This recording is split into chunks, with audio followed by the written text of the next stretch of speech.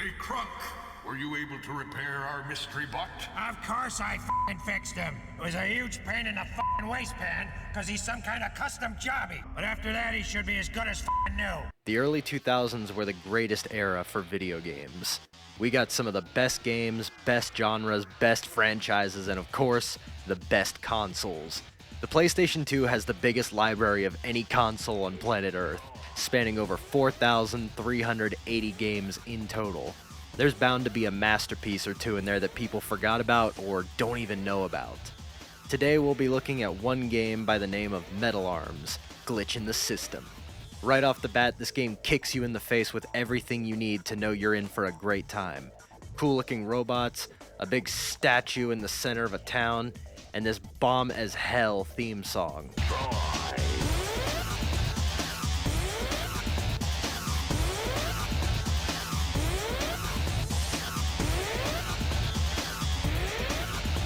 Seriously, this game's OST is so good, it's not fair.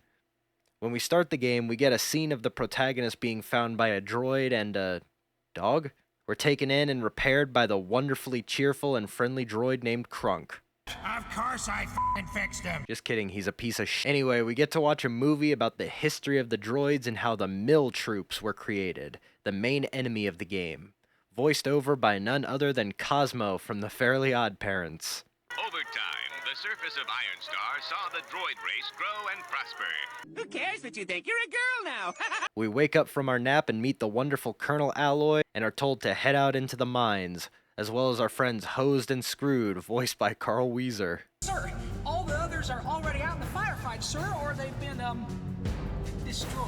A butterfly with fat wings. A comfy seat cushion at your favorite sporting event. Seriously, this game is full of voice actors from children's cartoons. It's nostalgic in its own right.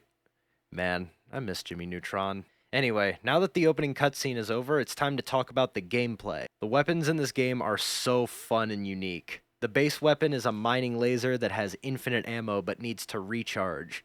The next one you get is the Ripper, a gun that shoots saw blades and can be used to quickly disable the limbs of the enemy mills, thus rendering them harmless. The saw blades also bounce around for added coolness factor. It's not so good for killing the mills, but it doesn't need to be. This here is the Spew, a machine gun that shoots fast and runs out of ammo even faster, but it's really good for quickly dispatching mills and smaller enemies. There's other great guns throughout the game like the Rivet Gun, which is essentially a sniper rifle, the Scatter Blaster, which is essentially a shotgun, and the Rocket Launcher, which is, well, figure it out. Despite these weapons being pretty amazing right from the get-go, guess what? You can upgrade them. Throughout the game, you'll collect washers from defeated enemies to use as a currency to buy goods from this totally legitimate back alley arms dealer with a not at all suspicious accent. Don't tell me to keep it moving. Can't you see I'm buying illicit goods right now? They let you buy new guns early, upgrade your current ones, buy health and ammo, etc. And these guys are hilarious whenever you meet them. You'll know they're nearby by hearing the sound of their boombox. They even have a different response to you when you walk away from them depending on if you bought anything or not, which leads me to my next point. This game is absolutely brimming with entertaining characters and funny dialogue. A lot of the dialogue pertains to robots and robot puns. It's entertaining in a wholesomely childish way. Well, let's not break out the joy lube just yet. I'll transmit more orders when you reach the compound. Now move your axle! Let's talk about the mills. The mills are the bread and butter of the enemies you'll be fighting. They're robots like the droids, but they usually attack in big numbers and use the same weapons you and the droids do. They're color-coded like the elites from Halo, so it's easy to tell at first glance how deadly or how well armed they are before you engage them. As stated before, you can disable them quickly without having to fight them all the way to death by disabling their arms with the gun in them. As a result, they'll start hilariously flailing their limbs around and shooting in random directions, and then you can bully them while they can't do anything about it. Another enemy you fight earlier on are the zombie bots, found in the old scrap canyon and with a thirst for fresh oil. These guys are mean because not only do they do a silly amount of damage when they get up close to you, but they get back up and put themselves back together after they attack you once like some kind of flood combat form. I know, I'm talking a lot about Halo, but whatever. Their design is really cool as they're basically an abomination of scrap and metal parts given autonomy.